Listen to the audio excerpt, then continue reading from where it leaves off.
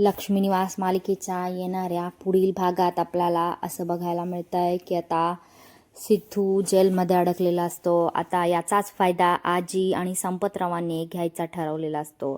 ह्या भावनाला आपण आता काहीही करून या घरामध्ये राहूच द्यायचं नाही असं आजीने आणि संपतरावांनी ठरवलेलं असतं. त्याप्रमाणे आता आजीने आणि संपतरावांनी एक खतरनाक असं कॉन्ट्रॅक्ट पेपर तयार केलेलं असतात आणि त्याच्यामध्ये असं लिहिलेलं आहे की भावनाने तिच्या मनाने आता सिद्धूला डायव्होर्स दिलेला आहे. भावना आता या कॉन्ट्रॅक्ट पेपरवर सही करेल का हे पाहणं खूप रंजक ठरणार आहे. आजी आणि संपतराव भावनाला बोलावून घेतात. तिला म्हणतात की माझ्या सिद्धूला जेलमध्ये अडकवण्यामध्ये तुझाच खूप मोठा हात आहे. त्याला जेलमध्ये खूप त्रास दिला जात आहे. त्याच्यावर मारहाणसुद्धा केली जात आहे आणि त्याच्यामुळे तुला जर सिद्धू सुखरूप जेलमधून सुटावा असं जर वाटत असेल तर तुला आम्ही जे सांगतोय ते करावं लागेल. त्यानंतर भावना हात जोडून आजीला आणि संपतरावांना म्हणते की मला तुमच्या सगळ्या अटी मान्य आहेत. तुम्ही जे सांगाल ते मी करायला तयार आहे.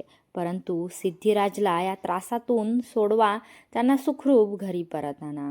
आजी आणि संपतराव आता कॉन्ट्रॅक्ट पेपरची फाईल भावनाला देतात. तिला म्हणतात की हे कॉन्ट्रॅक्ट पेपर तू नीट व्यवस्थित वाच आणि तुझी संमती असल्याची सही याच्यावर कर. त्यानंतर भावना म्हणते की अहो काका, माझं सिद्धिराजवर खूप प्रेम आहे, त्यांचंसुद्धा माझ्यावर प्रेम आहे, तर मी डायव्होर्स कसा काय देऊ शकते? मला त्यांच्यासोबत संसार करायचा आहे. परंतु संपतराव आणि आजी म्हणतात की त्याला घटस्फोट द्यावाच लागणार आहे, तरच आम्ही सिद्धूची जेलमधून सुखरूप सुटका करणार आहोत. आणि सिद्धूच्या सुखासाठी आता भावनाने त्या कॉन्ट्रॅक्ट पेपरवर सही केलेली असते.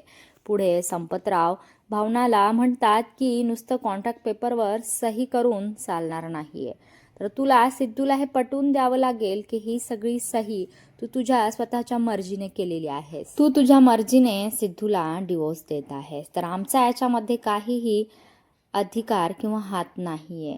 हे तू सिद्धूला पटवून द्यायचं आहेस आणि अलगदपणे तू त्या तुझ्या पोरीला आनंदीला घेऊन आमच्या या घरातनं तू निघून जायचं आहेस. तू सिद्धूला पटवून दिल्याशिवाय तू इथून घर सोडू शकत नाहीस. आणि हे ऐकून भावनांचा बांध पूर्ण तुटलेला असतो, ती पूर्ण कोसळलेली असते.